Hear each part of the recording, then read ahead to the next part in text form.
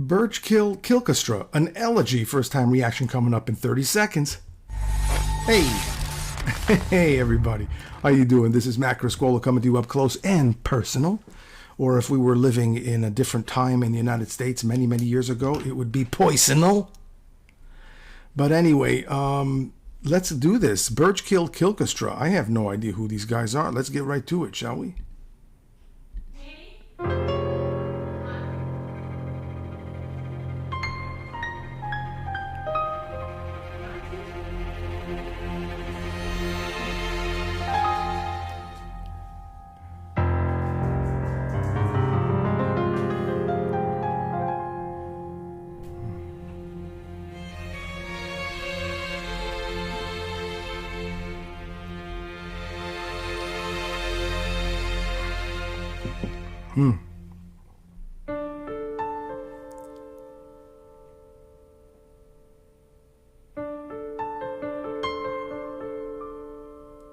I like it so far.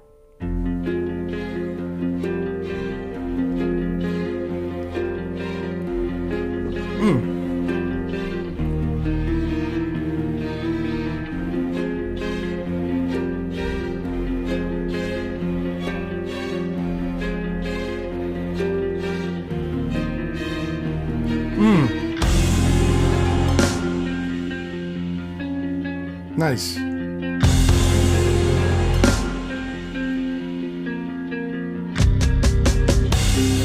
There's something I've been missing. I can hold my head up high. It's getting really hard to love and realize that you're already gone. There's always been me. My sins are constantly judging me. I cannot run, I cannot hide.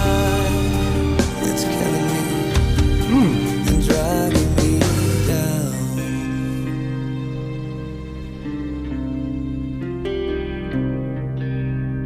Wow, so cool so far, huh?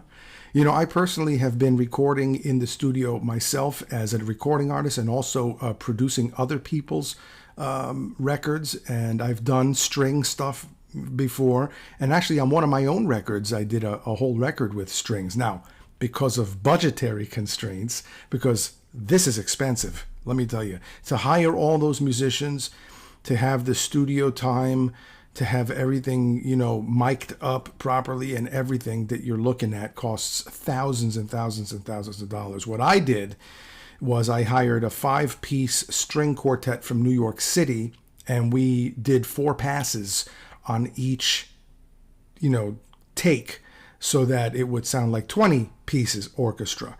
But I did use real violins. I didn't use any fake stuff. I like the real thing. So it does sound like, you know, like a 20-piece orchestra. That's one way to do it. In this case, he brought in all 20 pieces, you know. But yeah, or he or she, I don't know whose record this is, but very nicely done. Very nicely done. I can feel your eyes are watching, but I can hold my head up high. It's getting really hard to understand the way you leave me, the way you leave me. And I'm still here, standing in the sandwich road. Never had a chance to say thanks. Never had a chance to say goodbye. So much sadness. What happened to happiness? Life is too short for questions, and it's hard to find the answer.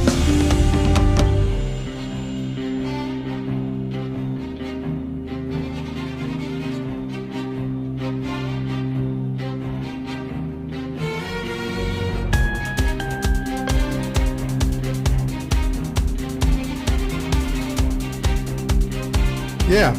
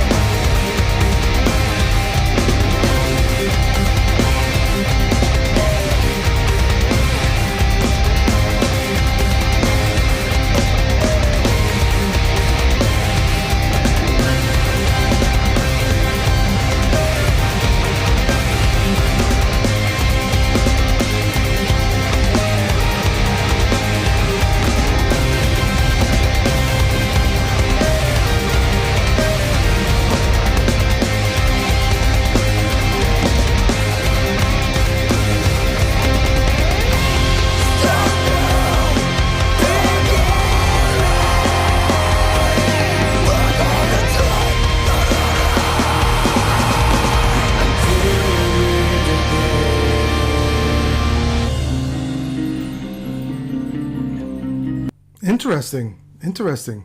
You know, it's interesting. A couple of things I noticed. You know, the lead singer, he's not wearing headphones, and you know, that was an interesting choice. Obviously, he felt like he could hear his own voice in context with the rest of the band better that way. Some people feel that they need the headphones, and some people prefer without the headphones. I'm one of those guys that likes to use the headphones, and sometimes we even take one ear off like this.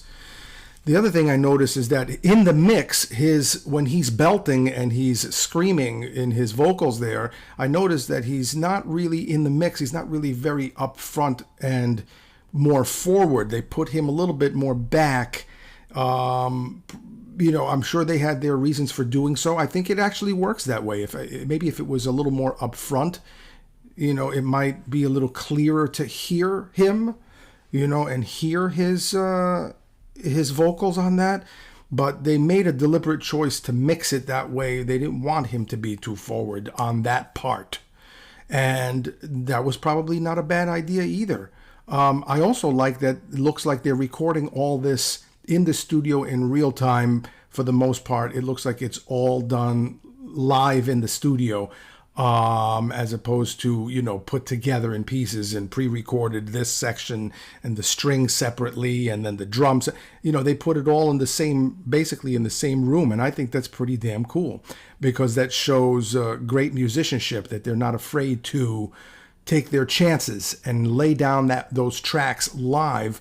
When it comes to mixing stuff like that, it can be a little tricky. So, you know, if you make any mistakes or flubs that you want to take out of the mix, for example, as a drummer, it ain't going to happen probably very easily, because the sound is it's not tracked out separately so much. I mean, it is and it isn't, you know what I mean? That's the way I'm, you know, experiencing this whole situation. What do you think? Great music, though. Great music, and very nicely produced. Like it.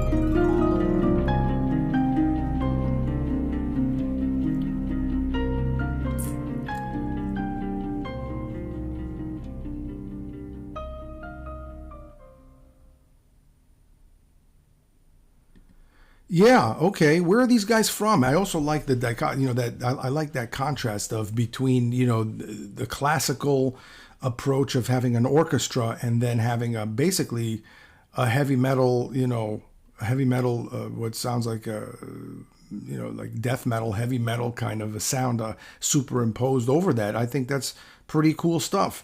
I may in the link put a link to one of my songs that I did on my string record, so you can hear what 5 pieces sound like when it's, you know, recorded 4 times to sound like a 20-piece orchestra, you know, and also to hear a different arrangement style of strings.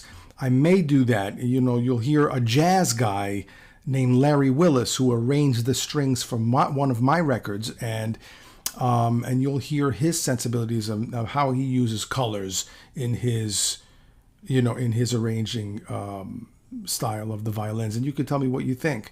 I enjoyed this very much. Thank you so much, guys, for requesting this. I will do the YouTube thing right now and remind you that YouTube does not monetize 99% of my videos, so I'm really dependent on whatever support and love you can give. If you look in the description below, you'll see a few different ways where you could support the channel, and that would be inspiring for me to keep on doing this, because I really do enjoy doing this, I will tell you.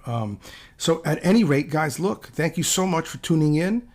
Love to hear what you have to say. I heart all of your comments, and I do try to respond to as many as I can, so I do see them.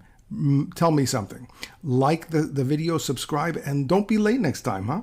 Hey, guys, thanks a lot. It's nice to be important, but it's more important to be nice, and you take it easy, and if it's real easy, take it twice.